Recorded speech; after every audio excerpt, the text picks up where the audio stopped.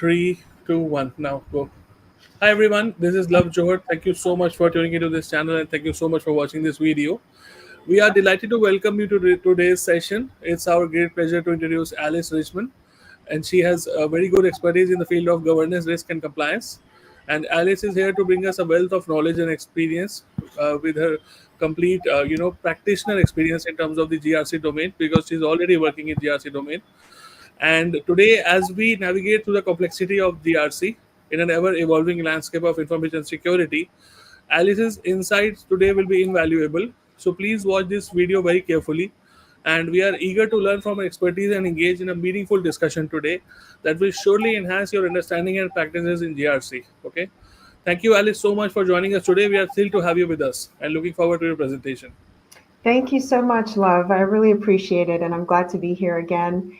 And welcome to you all who are joining us and listening to this presentation. I hope that it's informative and valuable for you all and that you take some actionable tips from this presentation.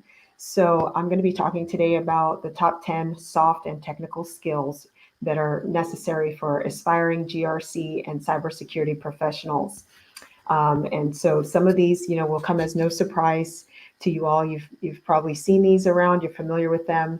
And so that's what we're really going to explore, all the way starting from communication skills to data analysis. These are really the competencies that are going to set you up for success in your career.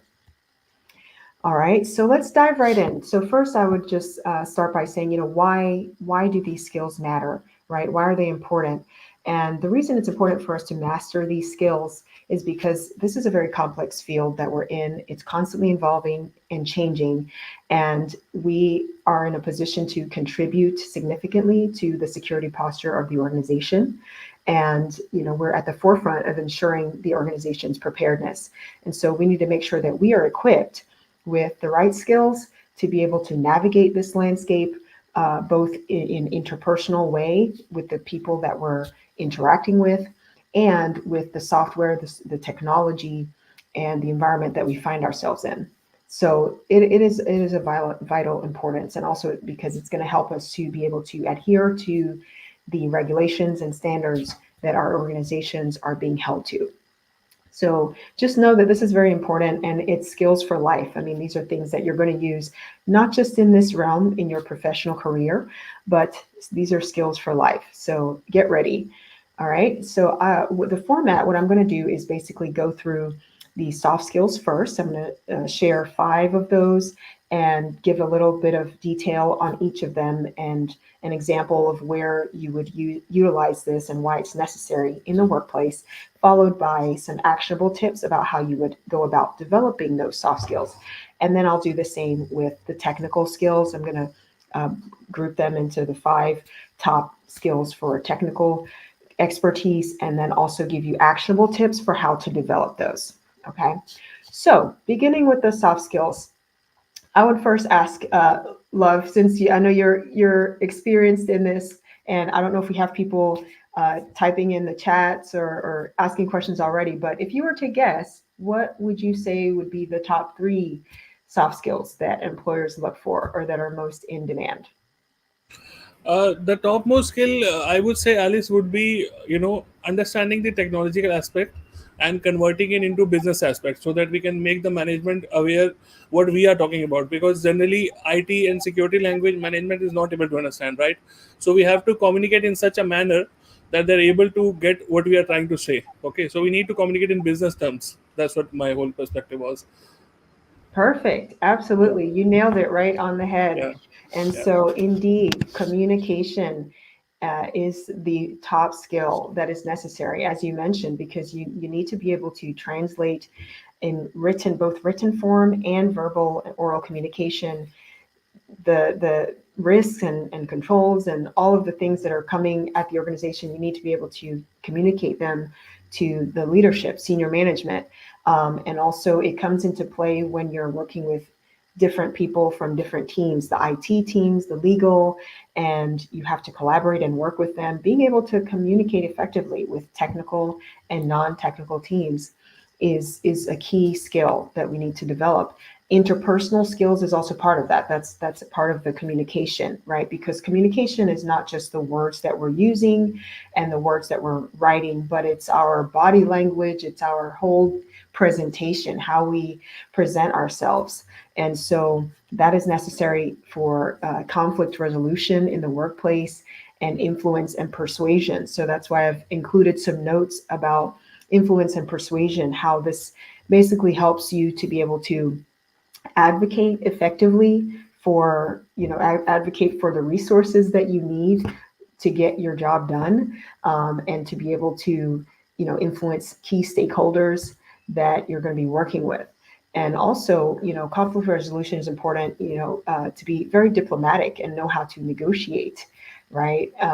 Whether that's even before you get a position, before you get into that role, and beyond. So again, as I go through all these skills, just keep in mind it's not just for getting an interview and getting a job and then that's it. You have to constantly be developing this and constantly be developing your communication and interpersonal skills.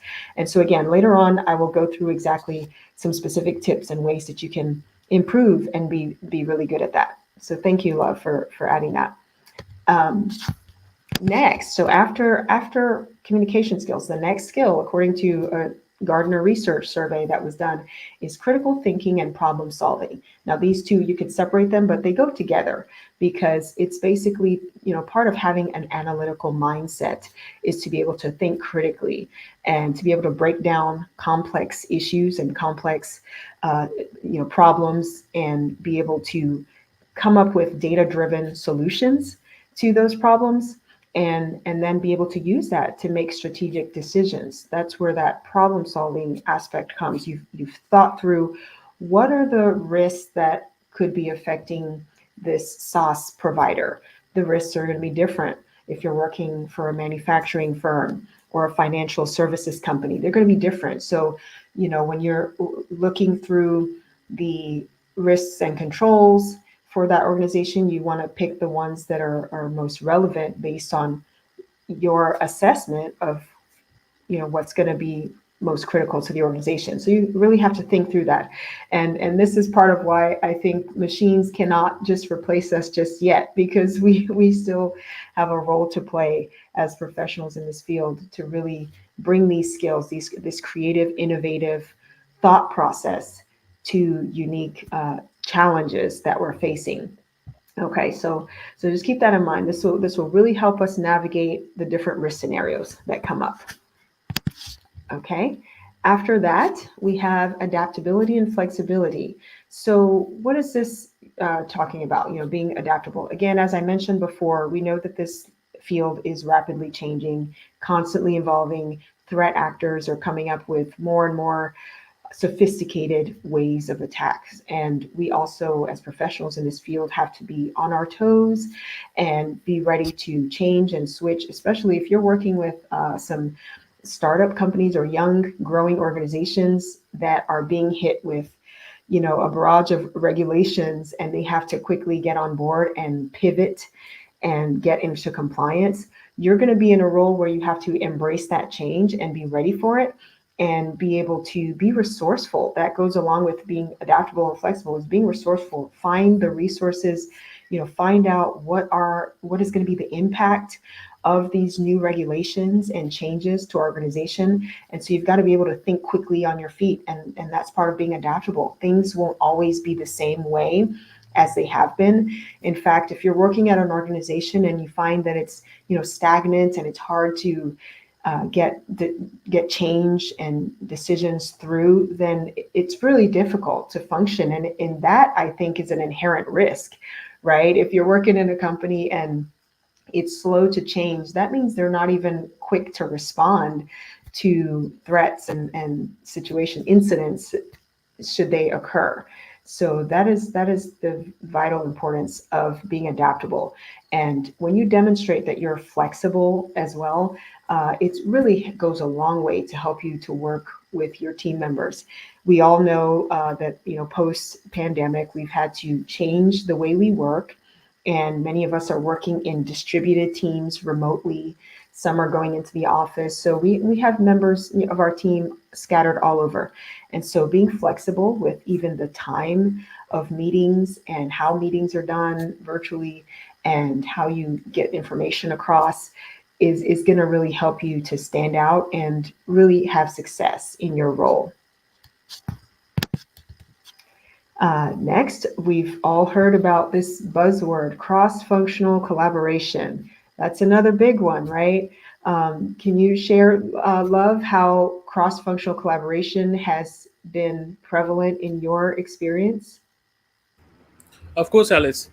Cross functional collaboration is very important. For example, if we are doing risk assessment, so we need to make sure that we get opinion from all the head of departments, from all the key stakeholders as to what all key assets do they have in their workflows, in their processes.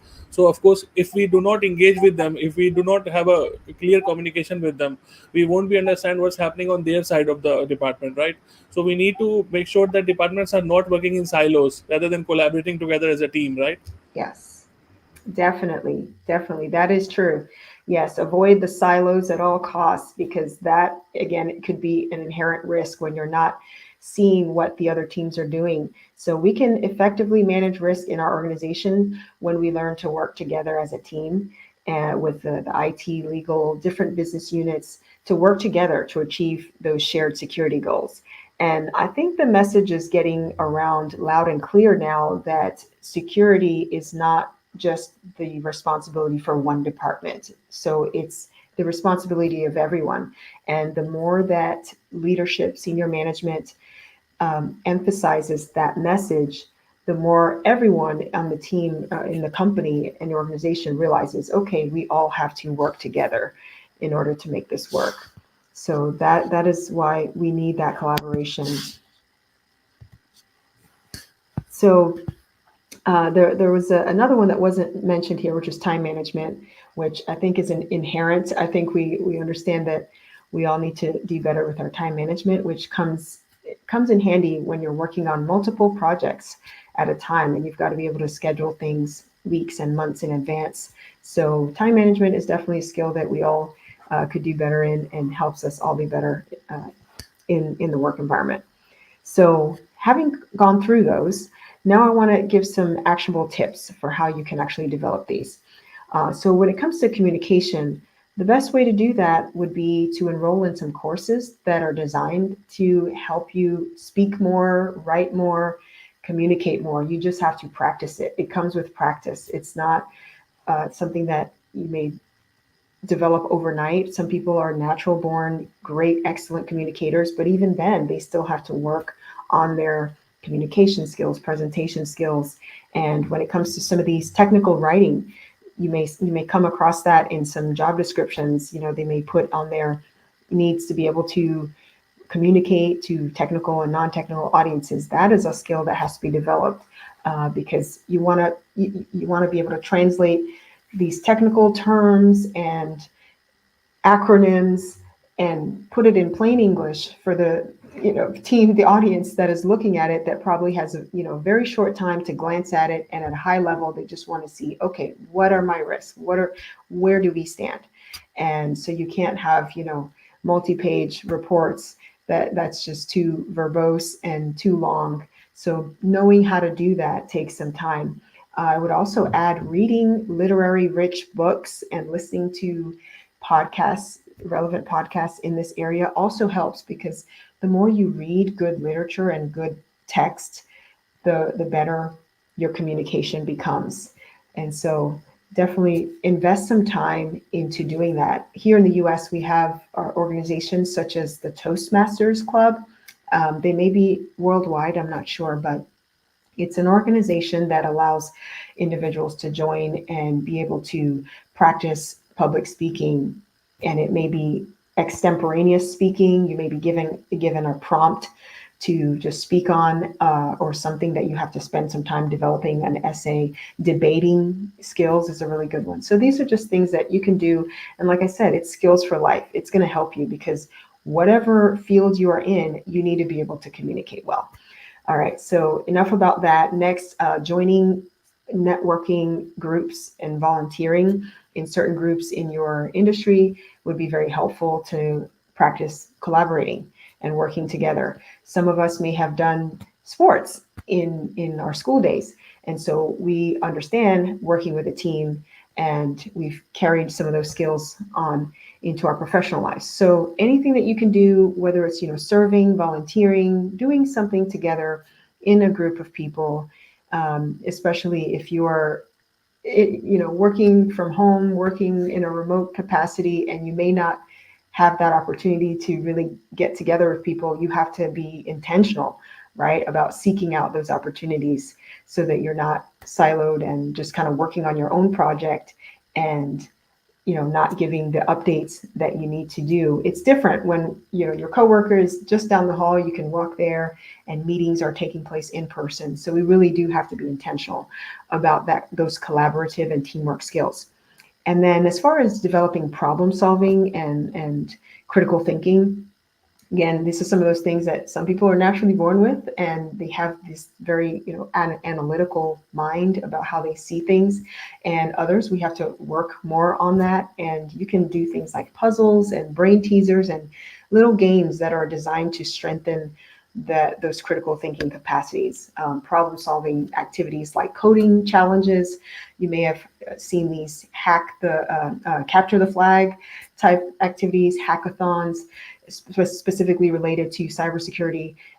So these are great. If you have the opportunity to learn coding and programming, this would be great. Just, you don't have to necessarily have that title. You don't have to necessarily be in that role, but it's good to do that because it really trains your mind and just develops that skill set and sharpens your analytical thinking as well.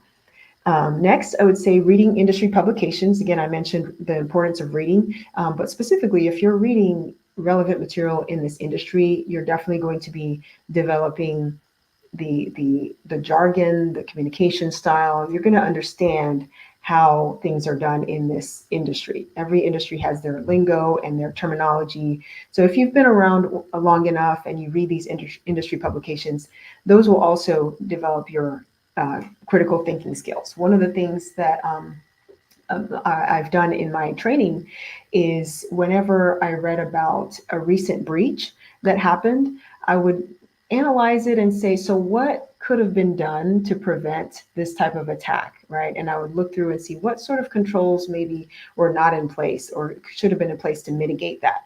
That's a good way to think of how you would solve that particular problem.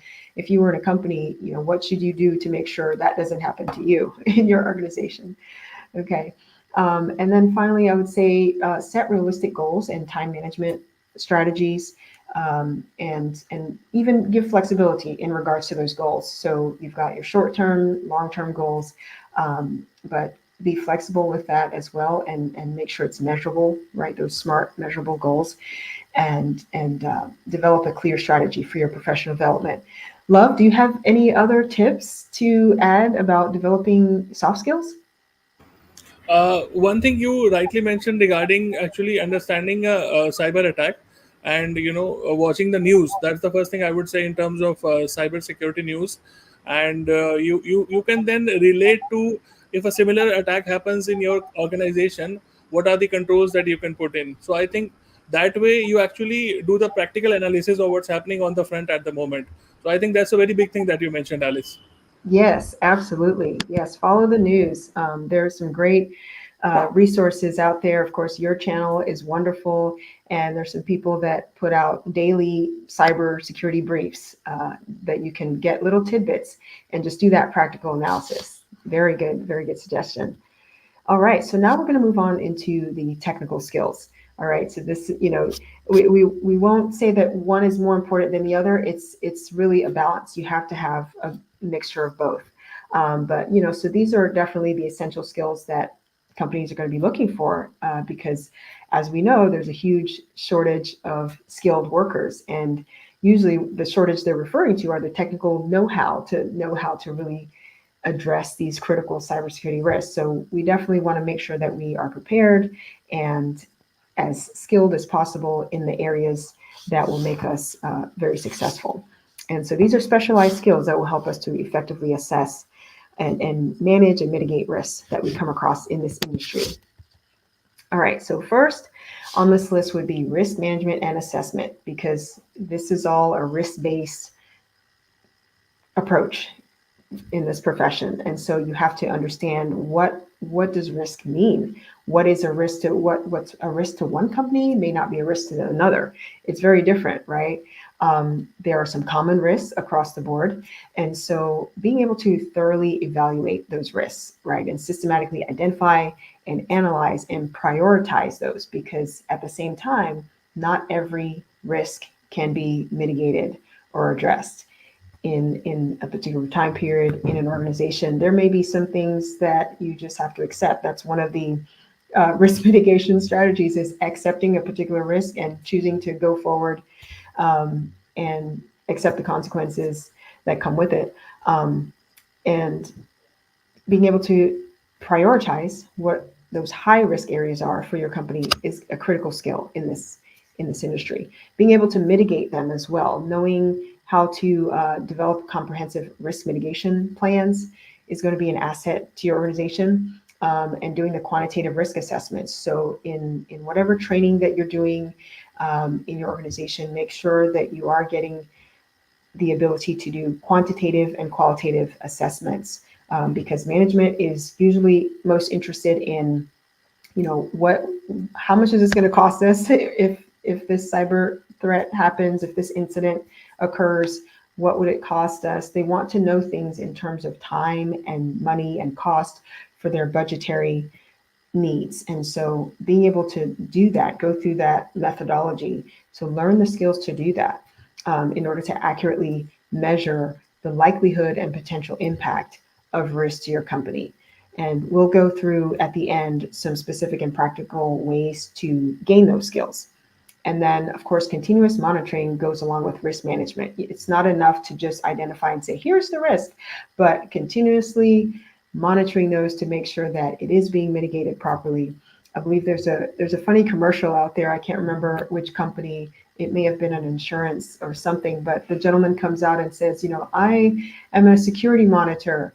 And somebody is saying, well, are you going to do something about it? And they're like, no, I just monitor it. I just, flag alerts, and there's a need for that, but then there's also the need to continuously make sure that you are addressing and monitoring it. And we have tools that do that, as well as resources, human resources that help in that monitoring process. And so you'll have to know how to do both, how to use those monitoring tools, as well as manual processes that are needed. All One right. thing, Yeah. Alice, just one thing wanted to add on the previous slide. Hmm. Uh, Risk management and risk assessment, be it qualitative or quantitative, I think this is the core of GRC. Anybody who is a fresher who tries to want to come to this domain, this is the first thing that you have to learn. And Yeah. even for seasoned professionals, I have seen people who are lacking in this area. They are not sure how to do the risk assessment, which risk assessment needs to do when. They are not sure on that, on those areas. So I Yeah. think you touched upon a very critical point there, and I absolutely liked when your first point was thorough risk evaluation, because I have seen it practically. It's not happening in the industry as it should be. Right. Yeah. Yeah, I agree. You're right. It's the core. This is the heart of it. And so very, very key skill to develop and manage. And it's kind of scary that people in that have been in this field for many years haven't quite gotten a grasp on it. So definitely the first thing to master is how to do those. Next, add to that would be a thorough understanding of the security frameworks and security controls that you will be working with when you're doing these risk assessments. And so being familiar with the various security controls, such as access control, um, there's so many controls, because again there's so many common risks that affect organizations equally, and some to a different degree than others, but being able to understand those, data encryption, right, network segmentation.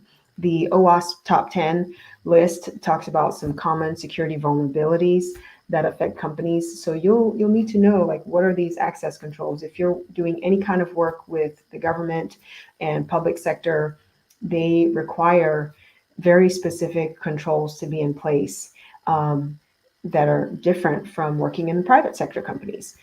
Cloud companies have different requirements as well.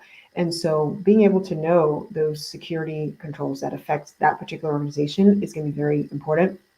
And then the industry frameworks, we all are familiar with the benchmark NIST framework, the RMF, as well as the CSF is a big one, and ISO 27001. These are essentials, and many other frameworks have basically just incorporated elements from that, and they all tend to map to each other, but they're very distinct in different ways. Some allow you to tailor things to your organization. Others, it's a very prescriptive framework that you can use, such as CIS framework. So knowing the differences and knowing what's most important to your organization, right? Because your company may have different compliance needs and regulatory compliance, which leads us to the next one.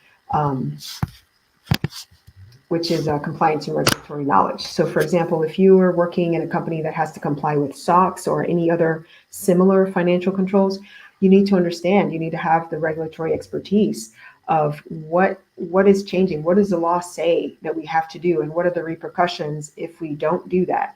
And there are serious financial repercussions and fines and fees for not complying with GDPR in certain regions and not complying with SOX, and data privacy, cybersecurity, and other risk management practices that are affected by the regulations in our industry.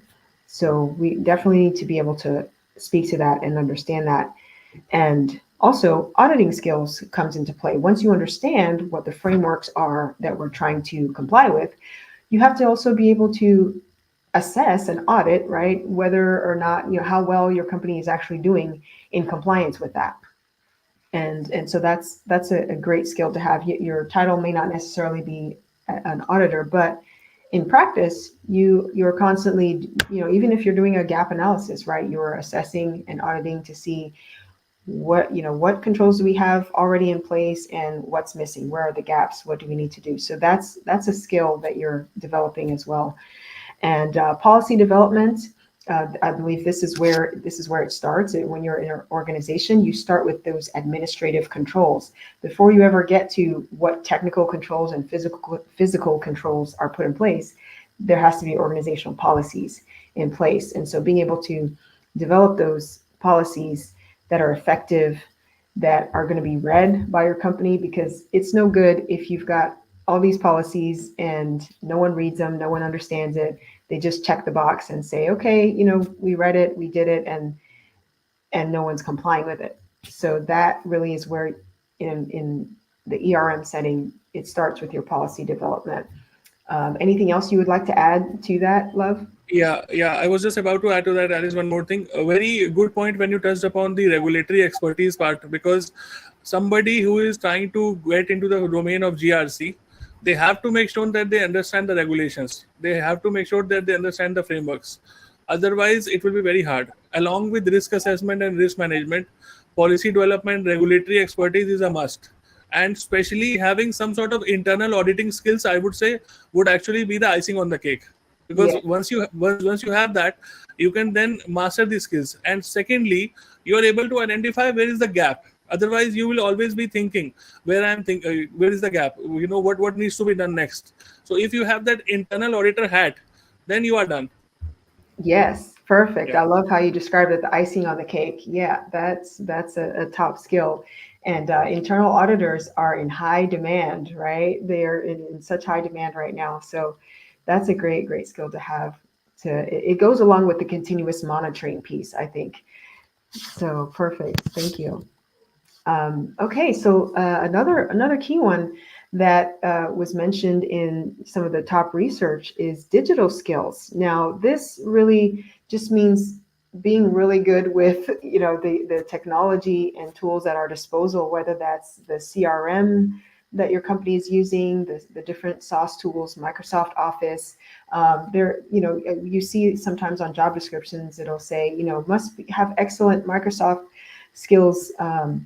Microsoft Office suite skills. And we kind of take that for granted. I think many people have that grew up in the internet age. We know how to use Word, we know how to use Excel, and PowerPoint and basic things like that. So it's like, of course, it's a given. You should know that, but you really also have to know it to a higher level, especially with Excel, because we rely on it so much for keeping the data right of all these processes, risk assessments, and all the processes that go through the GRC program.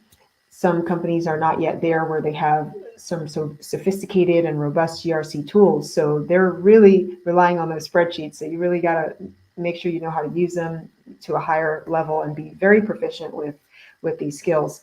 And sometimes your company uses industry specific or very company specific software. And so find out what those are. They'll usually tell you up front during the interview process before you come on board. But definitely find out what those are and try to be proficient in those skills. And because it makes you very, very useful, it makes you an asset and a valuable member of the team when you have these digital skills. And this is one of those things that it's rapidly changing. I think in a few months from now, or in definitely in a few years from now, AI would be considered, right, one of these digital skills that we need to all know at some basic level. I read also in another article that in China and many other countries, coding and programming is required. It is a required language that they learn, not because they're all going to grow up and become programmers, but because this is just baseline. This is basic information that they need to know communicating in a digital age. And so that all comes into play when it comes to digital skills. Did you have anything else you wanted to add, Love? Again, I would say in terms of digital skills, being in touch with the latest automated frameworks, where we have tools like Archer. There is a RSA Archer tool which is there, and similarly there is ServiceNow also which is there. So I think having understanding about these tools which help us in doing risk assessment, risk management is also a key part, because nowadays I have seen many jobs where people, interviewers are especially asking for these tools. So in order to have some automated, because as you rightly mentioned, AI is on the edge. So now, having said that, we need to have some sort of automations, and coming out from the Excel sheets to actually areas where we can automate audits also, we can automate workflows of risk assessment, risk management also. So I think having some hands-on experience on ServiceNow and Archer is something that I would definitely look out for. Yes, yes, I Yeah. agree. Definitely. Automation is the future. It makes the work more efficient. And without it, we fall seriously behind in catching up with those risks and mitigating them. So perfect. And last technical skill I would mention here is data analysis and visualization. And I mention this because, again, your title doesn't necessarily have to be data analyst, right? Before you need to know the importance of being able to take the data that you have, the information that you are receiving regarding your risk and controls, which ones are failing, which ones are designed properly or not designed effectively, being able to take that data and information and visualize it using tools like Visio, and other, Power BI, putting it in graph form, in so many different ways, so many tools that are out there that you can really see in a visual presentation the status of your company and the life cycle of your projects. This is advanced skills, I think, that we also need to master in cybersecurity and GRC, right? Because this is really going to help you to extract those meaningful insights from the complex data and be able to communicate it to the people on your team that need to know. Because not all of them are going into the nitty gritties, the details, and drilling down. But in your role, that's probably what you're doing, and so you want to be able to uh, communicate that to the stakeholders to inform their decision making. So very, very powerful.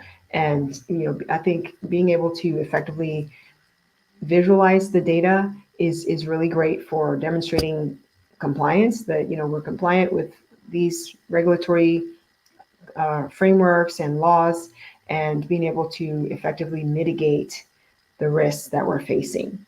Um, I recently had to do some data visualization for client services, client feedback survey, and really had to go out there and research some tools that I had never used before, but I learned so much just in that project, and really helped me to hone those skills. And I thought, I really like this. I really like being able to take the raw data, all the reports and words and numbers, and translate that feedback data into a nice, beautiful presentation that means something to the company, and they can take action on that data and those reports.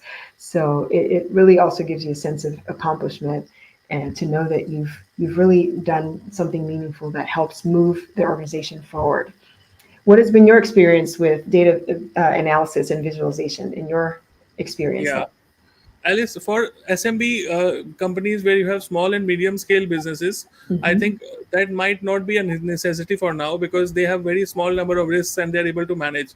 But Mm-hmm. let's say if I talk about big businesses where you have more than 10,000 employees, you have more than 20,000 employees, for those businesses, I think it's a must to have this sort of skill. Mm-hmm. Otherwise, how would you present some top 10 this to a management? They won't be able to read your Excel sheets at that time. So you need some sort of skills over there, of course, True. definitely. Yes, yeah, that's right. Yeah, you're definitely right. And there's so many tools out there again that help to do that, and so it's a great skill to have for sure. Okay, so now I'm just going to how to develop these technical skills. And of course, we know that you have to be proactive in developing this. This is if especially if this is something new for you, if this is a field you're transitioning into and you came from a completely different field, you're going to have to learn them and then continue to practice them and develop them. And so online courses is a great way to do that. There are so many different learning platforms: LinkedIn Learning, Udacity, Udemy, and many others and also companies that are putting out training programs, certificate programs.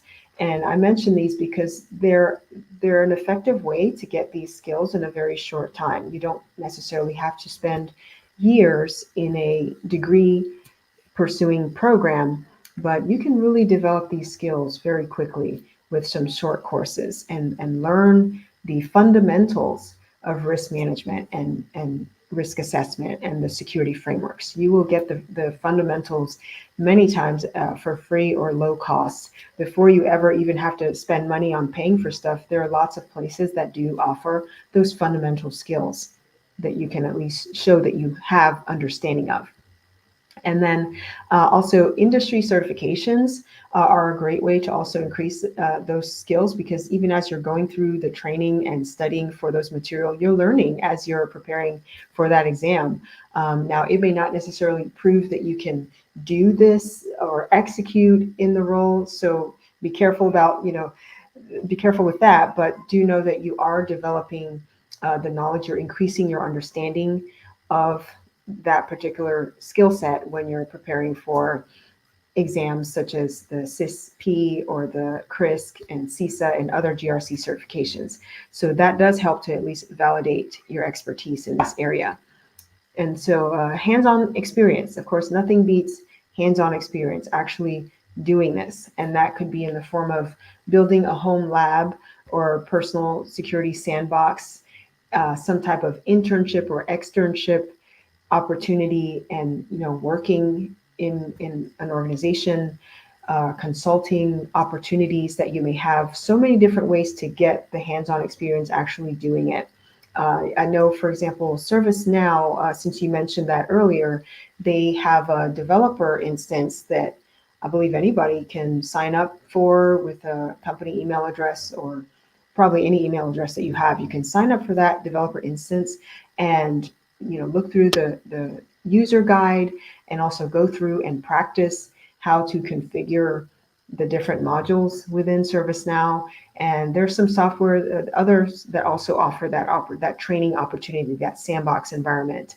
Some are proprietary, so you may not have that access, but they pretty much work in a similar way once you understand how that works. So that's really great for me. When I started to use GRC tools is really when, it went from being theoretical to really becoming real. And I thought, oh my goodness, like this all makes sense now. Of course, I was used to doing things manually in Excel, and that was very time consuming and not very efficient. But those GRC tools really just automate and make it so efficient, and everything you need is in one place, and you can send the templates, receive responses to your requests, and it's great. So it's amazing to really get to see that in action.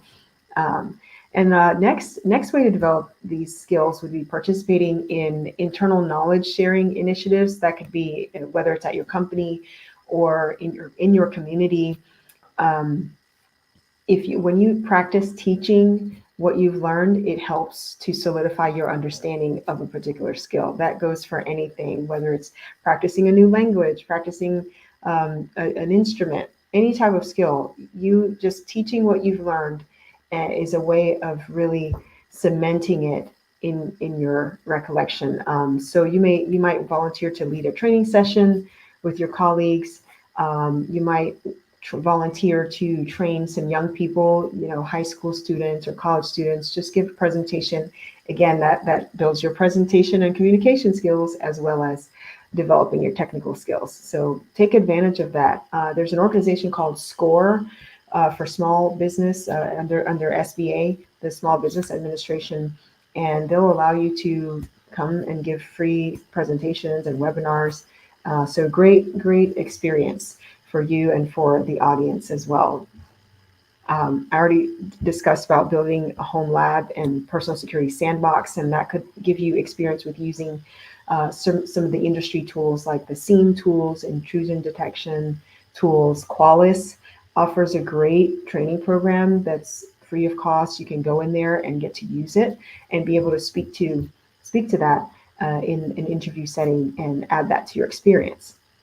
Also, another way that I really love is participating in industry events and webinars.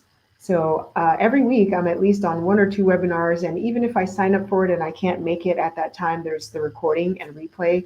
So I like to join that because you're in an environment with industry professionals from ISACA or from the CSA, ISC2, and so you're hearing the conversations, you're in the room. It makes you feel like you are in this role, you are doing this.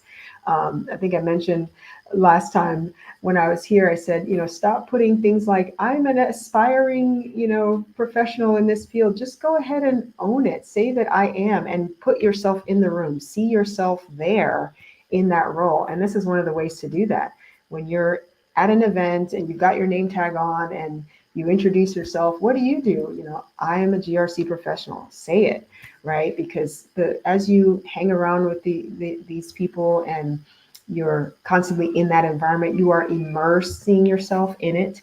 You are building those technical skills. You're not being an imposter if you are actually actively building the skills. You're not an imposter at all. Okay, so this is, webinars, of course, are so convenient. You don't even have to leave your home. You can get that, access to valuable information that is shared in that session. And then also contributing to open source security projects is a great way as well. So that can also provide hands-on valuable experience for you in using certain security tools and technologies. So try and find projects that you might be interested in doing. If you're trying to go the certified ethical hacker route, there's so many different opportunities for you to do that. If you're trying to participate in analysis, a security analysis, or SOC analyst, there are also different things that you can participate in that as well. What sort of tips would you add to this, Love? I know there's so many. Yeah, there's actually a plethora of things that I can actually add here. But one thing I would say, just not boasting about my channel, but yes, my channel has a lot of videos where you can Yeah, watch the technical stuff yeah. and you can learn hands on. There are many videos where you can actually learn more about technical expertise, especially I would say in terms of ISO 27001 implementation. I think my channel has more than 400 videos, especially on the implementation part. So I Oh, think somebody who really wants to learn, they can go to my channel also. Also, there are numerous YouTube channels also nowadays where people are actually spreading awareness about technical skills. So I think you rightly mentioned open source, having a lab at home is something that people should be aspiring to do. Yeah. Yes, absolutely. Oh, and you totally, this is your channel, so definitely promote it for sure. And you really go into depth and give this information that people spend thousands trying to get this experience, and you give this information out. So very high quality information. So definitely take advantage. YouTube is considered an open source platform, and you can learn so much and gain those technical skills that you need to thrive in this industry. So that really is, in a nutshell, these are the things that really come to the top of mind when we talk about these skills. And when you take the time to invest and develop these skills, you really can position yourself for a successful career. And of course, remember that it's continuous learning. This is professional development, and set goals in regards to these, in regards to developing this. Set some goals. I'm going to attend this event, or I'm going to complete this learning program or this track. So integrate these into your goals, so that you can definitely come out strong. When you look back a few years from now, you can be able to say that, I took the time to invest in it, and I'm better for it. I'm more valuable to my company and those around me, and really helping to protect those valuable assets. So that really concludes the presentation here, and I welcome any questions or comments or anything that you all have, any contributions. Thank you so much again. So first of all, I would like to thank you, Alice. It was a great session as always, and speaking with you always, it's a great learning. And people are here. People are appreciating the kind of topics that we are picking up. So I think we are doing the right thing, Alice, and people are getting a lot of knowledge and understanding. That is why we are doing these sessions, just to spread awareness and just to help people to get more knowledge out of this. So Yes. just something that I would like to ask, and again, you see the type of appreciation that we are getting. This discussion has been really insightful and gives an idea of the skills required to develop the GRC role. So yeah, so as you can see, Alice, people are appreciating the efforts, because you are actually putting insights to a lot of different areas where people are struggling nowadays, especially in the GRC domain. So I think Mhm. somebody who is watching this video, he or she should be able to understand the core parts now from where we are coming from in terms of GRC. Only a couple of things I would like to ask Alice. Yes. What would be your topmost technical skill, and what would be your topmost soft skill, if I ask you, from all the skills that you described? Yes, from all the skills. Very good question. So my top one out of these, for as far as the technical skills, would be, again, understanding the risk mitigation strategies, because I think once you understand what needs to be done, the how to do it, and getting it done, like actually mitigating the risk, is really where it happens. For example, auditing is a detective control. It's something that you do to assess what has happened, where are the controls failing, and you're kind of addressing it after the fact. So I think the risk mitigation part is where the rubber meets the road, and you are actually taking the proactive steps to mitigate the risks to your organization. So that would be my top technical skill, is learning how to do that. Everything else that comes before that, the assessments and the mitigation, that's all kind of planning and leading up to what needs to get done. And then for the soft skill, well, I think the critical thinking and problem solving, those two together, is going to be very key. Um, I guess I would also say the interpersonal as well. They're all really key to those top three. But yeah, definitely being able to think critically is so necessary in this field. Thank you, Alice. The second one would be, as a practitioner, since you are already in this domain. what do you think would be a potential pitfall for somebody who is trying to come into this domain? Because nowadays I have seen a lot of freshers also who are trying to enter into this industry, especially people from non-technical background have approached me very recently, like people from HR background, like people from entirely non-tech background wants to actually come into the GRC domain. So what would be your couple of advices from you on that note? Very good question. So, when what I've seen is when people are new and entering this field, especially from a non-technical background, they focus so much on the technical skills only, almost exclusively. And it's always, I've got to learn this. I've got to know how to do the hacking. I've got to learn how to do the assessments, learn how to do this. And they do focus exclusively on that, which, like I said, it's good to develop those. That's why this is part of that, but to the point where they're excluding and disregarding the importance of those others, right? And so, for example, if you go into an interview setting and you're applying for a role as a cybersecurity analyst, and you just kind of you know present the points that you have as if you're regurgitating something you studied from an exam, and you just give the technical answers. Yes, you can tell us all the control families in this. Yes, you can tell us all the controls and all the technical things that you know, but you forget to have a conversation with the interviewer and the person and engage and show your personality and show who you are, how it is to work with you in a company. If you completely disregard and forget those things, that I think is a disadvantage and is a potential pitfall. And so, there are people that maybe come from a musical background, an artistic background, which you may think has nothing to do with cybersecurity, but I think they have advantage there because sometimes it's those soft skills and knowing how to translate it, right, that will get you through the door. The role that I'm in currently, the supervisor said, you know what, it's your personality and your presentation and the way you carry yourself, which is what really made me go with you. And I thought, oh, well, great, well, that's wonderful to hear, because the technical skills can always be learned. You can learn that as you go, and you will learn them, right? Because you've made up your mind to be in this field. You are definitely going to put the time necessary to do that. But I think the pitfall would be neglecting those other soft skills that we talked about. Thank you so much, Alice. It was great pleasure to have you on board, and as always, great insights for anybody who's watching. Now, one thing I would like to hear from all the viewers who watch this session. Anything you want to ask, please ask in the comment section of this video. Myself or Alice will try to come back to you on the comments part.